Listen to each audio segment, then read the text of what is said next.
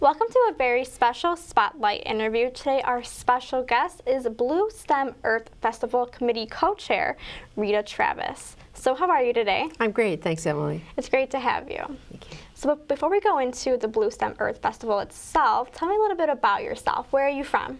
Well, I'm originally from Canton, Ohio, but I've been in Joliet for quite a long time. I'm actually a graduate of the College of St. Francis. Oh, wow. Yeah. Wow. Yeah. So how did you end up here at the University of St. Francis? But it was actually called the College. Back then it was the College of St. Francis. Yes. Yes. And I was a Joliet Franciscan sister at the time. Okay. And this was one of our institutions. And so I taught in Ohio for a little while and then went to graduate school and came back here to start the journalism communications program. Oh, wow. So that's how I ended up back here. Wow. Why did you, or what did you study while attending Ohio State? When I was at Ohio State, I studied journalism and communications. But here at the college, I studied British literature. Oh, wow. Wow, that's great. Jump, yeah. Yeah. Yeah, so you always had interest in journalism and writing Always. and literature. I was editor of my high school newspaper. That's great. Yeah. That's great. So as committee co-chair, what roles and responsibilities do you have for this Bluestem Festival? Well, Janine Hicks, who is on the staff here at the university, and I are the co-chairs. And we have a wonderful committee of people. It's called a Commission for Peace, Justice, and the Integrity of Creation, and it's a commission of the Joliet Franciscan Sisters. And all the members of that commission, as well as some other volunteers, we've been working on this festival for, I'd say, about a year and a half. Oh, wow. And so Janine and I are overseeing all the work that the different committee people do and getting a look at the space and what we need for the space and public relations and marketing and signage. So really everything that goes into something like this. And I'm not sure we even recognized all it would take to put something on like this. A lot of work. Yeah, yeah. A lot of work. So for those who may not know, what is the Bluestem Earth Festival? What is the mission, the purpose of it? Well, the commission, one of our things was to educate people about how to live with justice and care and how to be creative and be earth-centered. And so one of the things we thought would help people do that would be to really put together a festival that is going to address not only how do you live carefully with the earth and how do you recycle and reduce and reuse, but then how do you become aware of and help out with the issues about justice like anti-racism, human trafficking, water issues around the world.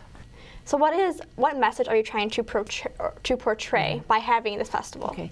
We want people to really learn to live consciously and to live carefully.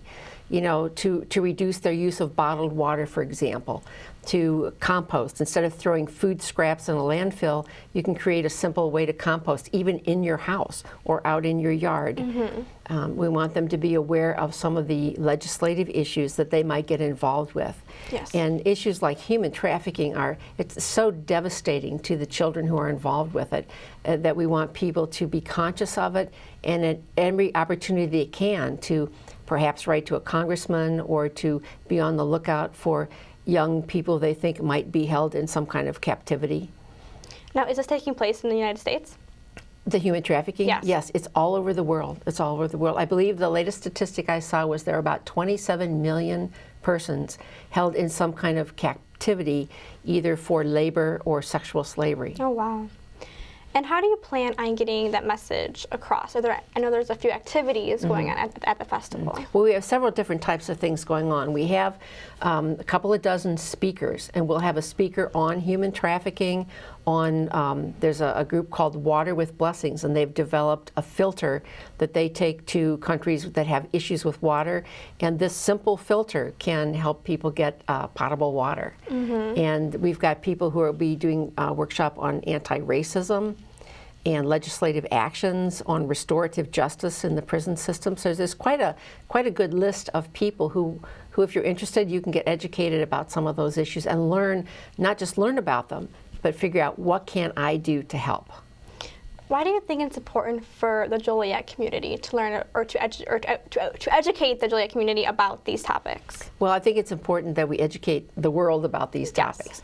But this is where we are, and you drop the pebble where you are, and then the ripples go out. And so this is the home base of the Sisters of St. Francis, the Joliet Franciscans, and so we're starting here, and we'll educate and help as many people as we can from what we're doing.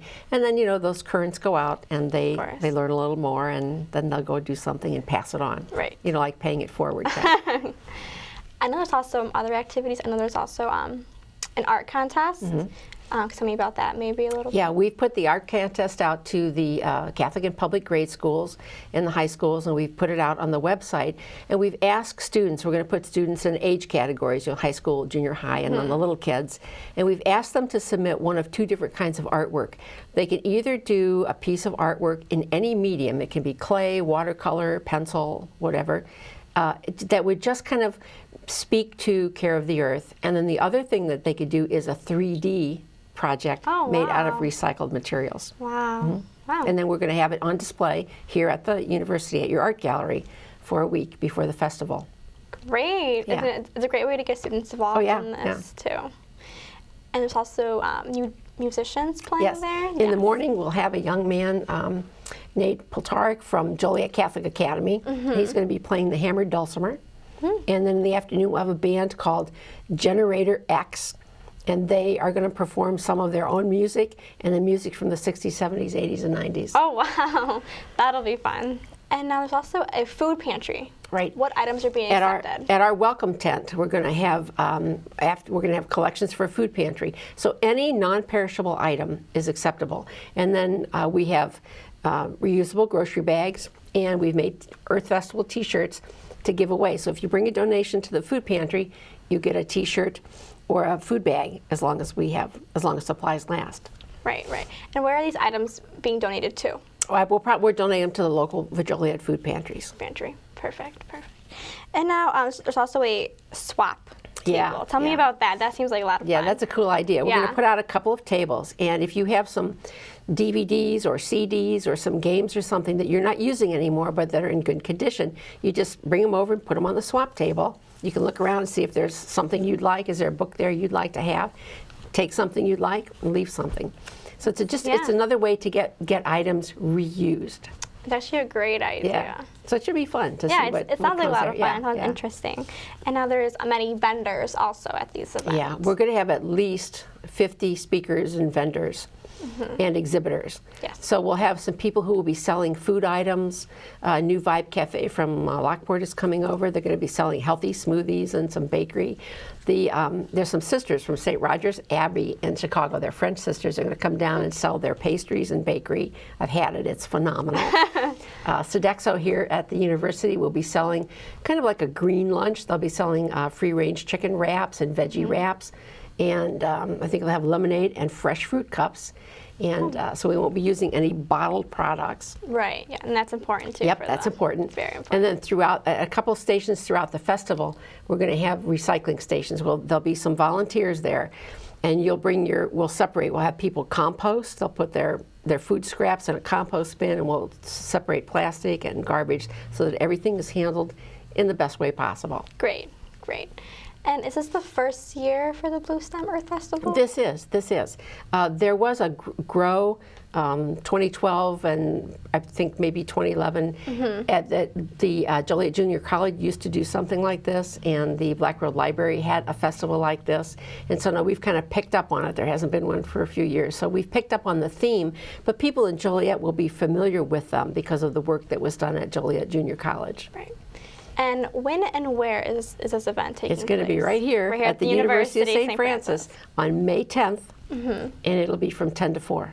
10 to 4. And the Joliet Park District is also coming over. They're going to be running children's games all day with prizes. Great. So it's really a family event. It's a free event.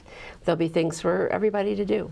It sounds like a lot of fun, very interesting, and very educational at the same time. Yeah. Also. There's also going to be a tour of the Mother House.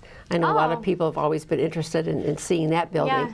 And it's going to be a tour, but there'll also be a little bit of a talk on reusing historic buildings and how you can convert them to new uses. That's great. Yeah. That's great. What is the importance of reusing items, do you think? Well, we want to keep things out of the landfill. I mean, the landfills are massive, and as they talk about that Malaysian plane crash, they've they've run across huge piles of garbage in the ocean, and I know they said in the Pacific there's a pile of garbage the size of Alaska. And so what we want to do is try to keep as many things out of the landfills as possible.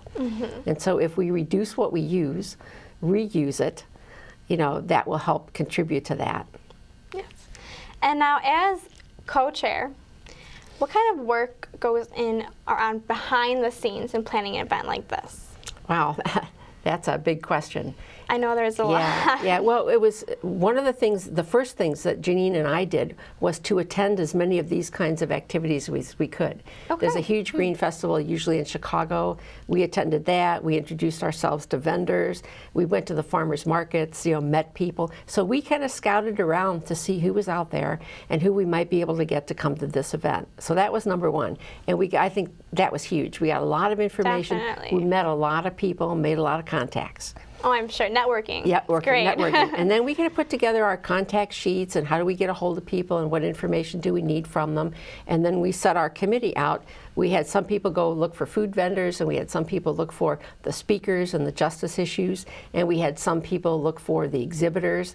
So then we have, for example, we have exhibitors. The beekeepers of Will County are coming, and I think they're going to be bringing some bees. Oh, wow. And we'll have the master gardeners of the University of Illinois.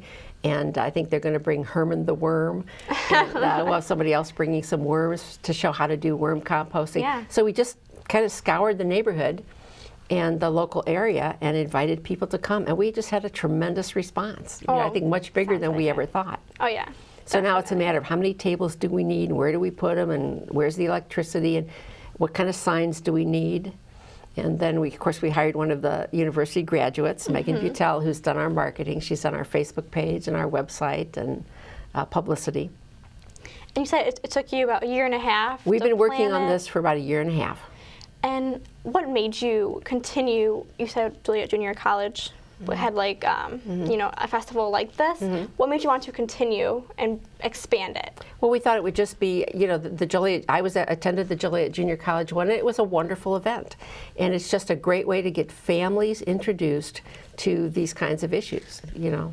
And personally, what do you think was the most, or is the most, difficult part in planning a major event like this? Well, I don't know if I'd call anything difficult, because we've had a wonderful committee and it's been a lot of fun. We've just really enjoyed it. I think it's perhaps the most difficult part is, have I covered all the bases? You know, have I remembered anything? Have I forgotten anything? Do we have everything in place, because people will be coming in a couple of weeks? Oh, yeah. But it was really an enjoyable process. Sounds like it. Well, how many hours do you think you put into this? Oh my gosh. I know it's a year and a half. Yeah, but sometimes I would be up at 4:30 or 5:30 in the morning. Yeah. I'd get up and I'd be on my computer working on lists of people and emails and phone numbers, and quite a few hours, quite a few. Oh, I'm sure. It sounds like you've been busy. Sounds like you've been very busy. Yeah. And what have you learned through planning this event like this? I think I've really learned about all the resources that are in Joliet and Will County. You know, I've met people that I didn't know about, and I've found out about resources that I didn't know were here, and about some of our speakers and some of their causes. So I've learned a lot about what we already have and how to tap into it and really get that word spread. Right, yes. And can you again go into more of some of the topics? I know there's human trafficking. Right. You the said, speakers will be talking about human trafficking, anti-racism, restorative justice. We're going to be talking about fair trade. Okay. I think we'll be talking about, Diane Nyland's going to talk about homeless students. Yes. She was just here a few weeks ago getting an award. And the exhibitors, we've got the University of Illinois, we have the Will County Beekeepers, the Joliet Park District, the Health Department will be coming, doing some things like anti-smoking. And we're going to have the Wellness Center from Joliet coming. There'll be a little corner where you can get a 5-minute massage or a 10-minute neck and shoulder massage. Nice, very nice. Yeah. And what do you hope the Joliet community walks away with knowing after this event? Well, I'd like them to know a couple of things. First of all, I'd like them to know about the university, because they'll be on our campus. Yes. I'd like them to know about the work of the Sisters of St. Francis, who have been here. Next year will have been in Joliet for 150 years. Oh, wow. Yeah. And I'd like them to walk away and say, of all the things I've learned today, I can make at least one change in my life. I hope maybe more. but I can go away and I'm going to make at least one change. That's and pretty if great. everybody who comes makes one change, I think that'll be great. That's pretty great. Yeah. That's pretty great. Is there anything else you'd like to add about the Bluestem Earth Festival? Well, just come, you know. Just come, yeah. Yeah, just come and enjoy yourself. Spend the day. And if anyone wants more information, is there a website they can go to? Yes, we have a website. It's Bluestem, and that's a grass. BluestemEarthFestival.com. Perfect. Yeah. Okay. And there'll be a lineup of the speakers, the entertainers, the exhibitors, the art contest rules. Pretty much everything is on the website. Everything's Yeah. there. Yeah. Okay. Well, it was great talking to you. Well, thank you, Emily. It was nice being here. It was great to have you. Thank you. Thank you. This has been another Spotlight interview.